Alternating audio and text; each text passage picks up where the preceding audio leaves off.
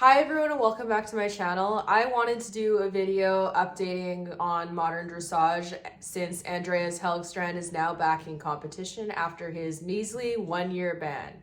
For those of you who are not up to date with what was going on, Andreas Helgstrand was banned for a year following an investigation into his training barn when a journalist went undercover for a month with a hidden camera and documented a lot of different types of abuse, including but not limited to whipping horses to the point of creating swelling and marks, blue tongues from horses being ridden so over bridled with heavy hands, bleeding from the marks that were on them, and all sorts of other stuff. And on top of that, even outside of that investigation, prior to that, in and out of competition, there was a lot of documentation of him in competition, riding horses extremely over bridled in severe roll curve. And I'll attach photos of that in this video as well so that you can see. But basically, this man has a history of mistreating horses in the name of competition. He also happens to be a billionaire who owns a whole lot of different companies, including but not limited to show parks, equestrian brands, media corporations that do equestrian news, such as Chronicle of the Horse. He also sponsors a lot of equestrian events and shows, including ones that he competes at, which I'm sure we could go into a deeper discussion about how corrupt that could potentially be. But I want to focus on his return to competition and how he was essentially welcomed with open arms by people in the equestrian community, and how he is still garnering good marks and being at the top of the scoreboard and basically coming back into the sport as if nothing ever happened. And this is something we need to discuss because there really is no incentive for people to change their methodologies and change their approach to horsemanship if there are no real consequences. Like, a 1-year ban from competition is one competition season, and he had years and years and years of abusing horses prior to that. And if you look at how his horses are still going around and how many of the horses out of his barn that are sold to other riders are going around, there is a lot of evidence that they are ridden in roll cur. They are very overflexed and they have a lot of the same muscular development. For people that love to use the moment in time argument, it doesn't really hold up, because if it was just a moment in time and those were just bad photos of those horses or bad moments or bad shows, if you're going to go off of videos, if it was just a moment in time, you wouldn't see the muscular development that is consistent with being ridden in a hyperflexed frame. Muscles don't just appear and be developed to a certain degree just for a moment in time. But anyways, he was recently at a show where he got a 72.4 or 72.5% and he won the competition. And I'm going to show you some clips of what his test looked like, and we will discuss that, because it was just pretty appalling that this is the state of modern dressage, that this is the winning test. Because he has gotten way higher marks in the past, so a 72% for him is a low mark, but the fact that this was the best in the class and that there was no better at that level of dressage speaks for what is showing up at the top, and why is this the best that we get when this is a very piss poor example of dressage. So there's a lot of stuff to consider, and like a big thing would be, one, if someone such as Helgstrand is contributing a lot to the sponsorships of these competitions, why is he being allowed to compete as an equal? Because there is a certain level of nepotism and unfairness involved in that. And I also think that his influence financially is why he got a slap on the wrist for his punishment in the first place, and why people are so willing to overlook the abuse.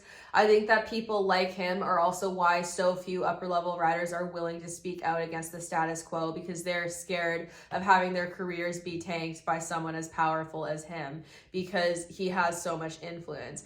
But like, the bigger question is, if these are the people who are the best of the best in dressage, and this is supposed to be representative of who is doing the best dressage in the world, why did this test win? This horse looks like it has a broken leg. I don't even know what the movement in this video is supposed to freaking be, because he's moving completely differently on each side of the body. The right leg looks like he's like hopping on a peg leg, and the left leg is reaching out like he's stretching out into an extended trot. It looks like he's doing an extended trot on one side and trying to do like a passage or something on the other, or going into piaffe.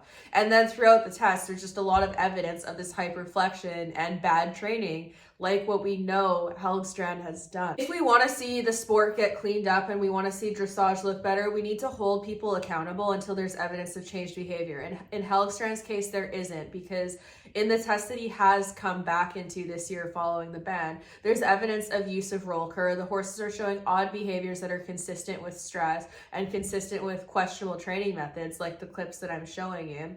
And he is riding the same way. Like there's nothing that has shifted beyond what we used to see prior to that suspension and now that would lead anyone to think that there has been a change in behavior, other than people just assuming that because he got a 1-year suspension that he's changed. He's not going to uproot his entire training program over a 1-year suspension from competition. What I also want to reference is that he was only suspended from competition. He was still actively able to ride and train throughout that. There was no real punishment. And when we have these suspensions, and even when riders are fined, we need to look at how much the fine is in accordance of how much that rider is making. Because if someone gets a $5,000 fine or even a $20,000 fine, it sounds like a lot of money to the average person, but when we're looking at people that are pulling millions or billions of dollars, it really isn't. The fine isn't enough of an incentive to discourage the behavior, especially for a billionaire. The other thing is, when someone owns as many different companies as Helgstrand does and has the amount of influence that he does, he can control the narrative in a lot of different media companies, even the ones that he doesn't own, just through sheer pressure of his presence and how powerful he is. So there is so much evidence of corruption in modern dressage, and it will not change unless there is pressure on the side of all the little people that watch and consume dressage and ultimately are holding up the horse world. Because what we need to consider is these upper level riders are a tiny fraction of what represents the horse world. They are not the collective whole. Most people are amateurs, juniors, or professionals that are not competing at as high of a level. So they don't represent what our industry actually is. And they're being used to represent what the best of the best is in their selected sports, whether it's dressage, show jumping, eventing, anything. We're referencing Olympic sports in this case because those are the FEI sports. But the people who make it to the pinnacle are representing what is supposed to be perceived as the best of the best. But in actuality, they are not demonstrating the best of the best behavior. There's a lot more cases of mistreatment and people taking shortcuts that harm the horse to climb to the top of the sport. And if that's what is being enabled, encouraged, allowed, and rewarded, there is no incentive for people to do things another way, because they effectively learn that this is how you get to the top. If the people who are corrupted and doing unfair and cruel things to the horses are the ones who are making it to the top, then there's no incentive to not do that, because you're not being helped along to get to the top of the levels by being ethical. It doesn't require you to be ethical. And in fact, being ethical actually puts you at a disadvantage. And if that's the standards that we're setting for these sports, the horses are going to continue to suffer. Another thing that I want to look at is that the Helgstrand Dressage Facebook page posted some photos of Jovian, the horse that Helgstrand rode in this test.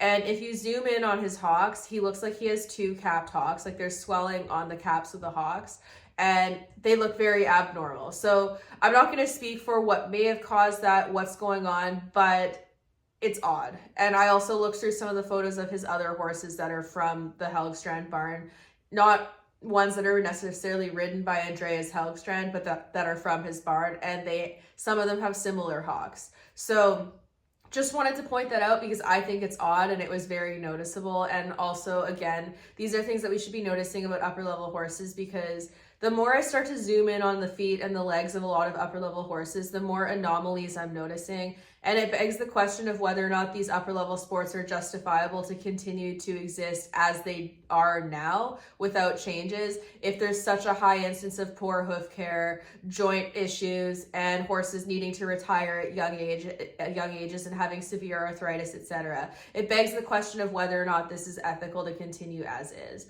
And I personally don't think it is. There needs to be a massive overhaul and reform of the entire sport. And if that doesn't happen, I really firmly believe that we're going to tank the entire horse industry, because the everyday person that is not a horse person and hasn't been conditioned and brainwashed into thinking that treating horses in this manner is okay, they look at these things at face value and they think it looks weird. I showed a bunch of people that video of Andreas Helgstrand's horse in that test, and they're like, is that horse limping? Is that horse okay? That horse looks uncomfortable right off the bat. And when I show them videos of horses being ridden in hyperflexion, it gets the same response. Meanwhile, horse people are willing to defend things that are just so clearly wrong that the average person is appalled by them, because they've been conditioned to believe that it's okay, or that it's necessary, or that's just what happens at the upper levels of the sport, and they're not encouraging themselves to think a little bit deeper and question whether or not it's ethical just because it happens. They see it happen frequently, and they assume that because so many people buy into it and are prevalent people in the community, that it must be ethical simply because those people are prominent people. And that's just not how things work. So just some food for thought. Wanted to share this quickly and do a quick video on it, because I find it really troubling. And if this is how we handle cases of abuse, it's just super unfair. I also want to point out that what Helgstrand did to his horses in the training barn and what was captured was a lot worse than what was captured of Charlotte Dujardin, and it was way more repeated and way more entrenched in that training barn. But he didn't seem to meet the same degree of like outrage and outcry as she did. She got thrown under the bus a lot more, and I think that there might be a component of it with her being a woman and having less money to put into media recourse, like, whereas he can basically control the structure of so many different media corporations and whatnot because of how many things that he owns. Like, if you look up Helgstrand Group and go on his website, you'll see he owns the Wellington Show Park, he owns Kingsland Equestrian, he owns Showgrounds Live, he owns Chronicle of the Horse, and a bunch of other different companies. So that's really important to note, because his ability to pressure the status quo in the horse world is heavily influenced by the amount of power and control that his money brings him. And it's just something to note. I want to see change in the horse world, but change isn't going to happen without immense pressure from onlookers and people just continuing to go, this isn't okay. We need to stop giving upper level riders the benefit of the doubt simply because they've made it to the top. The sport is corrupted. You make it to the top by having access, money, influence, connections, and a certain level of willingness to look the other way when it comes to treatment of the horses. Even if you're not actively participating in abuse, there is a reason why the people speaking out on these abuse cases are not upper level equestrians. Like, I cannot think of a single upper level pro that is actually actively competing against any of these people at the top that is willing to actually say anything about it. And there's a reason for that. And I get that there might be fear involved and there might be pressure on their end, but it's like, people need to start speaking out, and we need to start looking at these upper level influences more critically.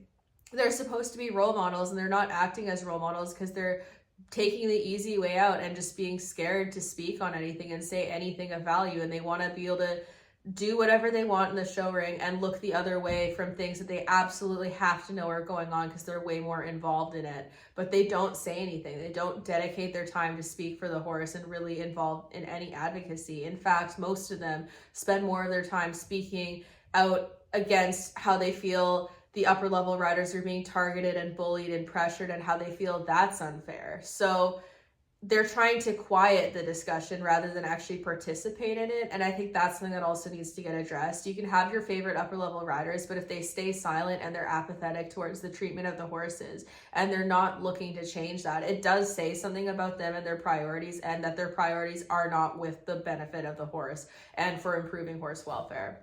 So anyways, thank you for listening. I appreciate all of you. Let me know your thoughts down below, if there's any other riders you would like me to talk about or any other issues you would like me to talk about. A lot of stuff is happening. I do think change is coming. It's just a matter of whether or not the horse industry actually reforms itself before its hand is forced by the general public. So thank you for listening. I also want to reiterate the fact that I'm currently in a Forbes Entrepreneur of Impact competition. Winning this competition would be life-changing for me, and it would be a huge opportunity. I need votes in order to stay ahead enough to advance to the next round. I'm currently in 4th place, and I need to be in 1st to advance to the next round on March 13th. You can vote once every 24 hours. I'll leave the link down below, pinned at the top of the comments. I would really, really appreciate it if you could vote, share with friends, family, and encourage them to vote too, because it would just really help me on my course of trying to continue to improve horse welfare and build my business and do what I'm doing. And it would mean an awful lot to me. So thank you again. Have a great day, everyone. Thanks for watching.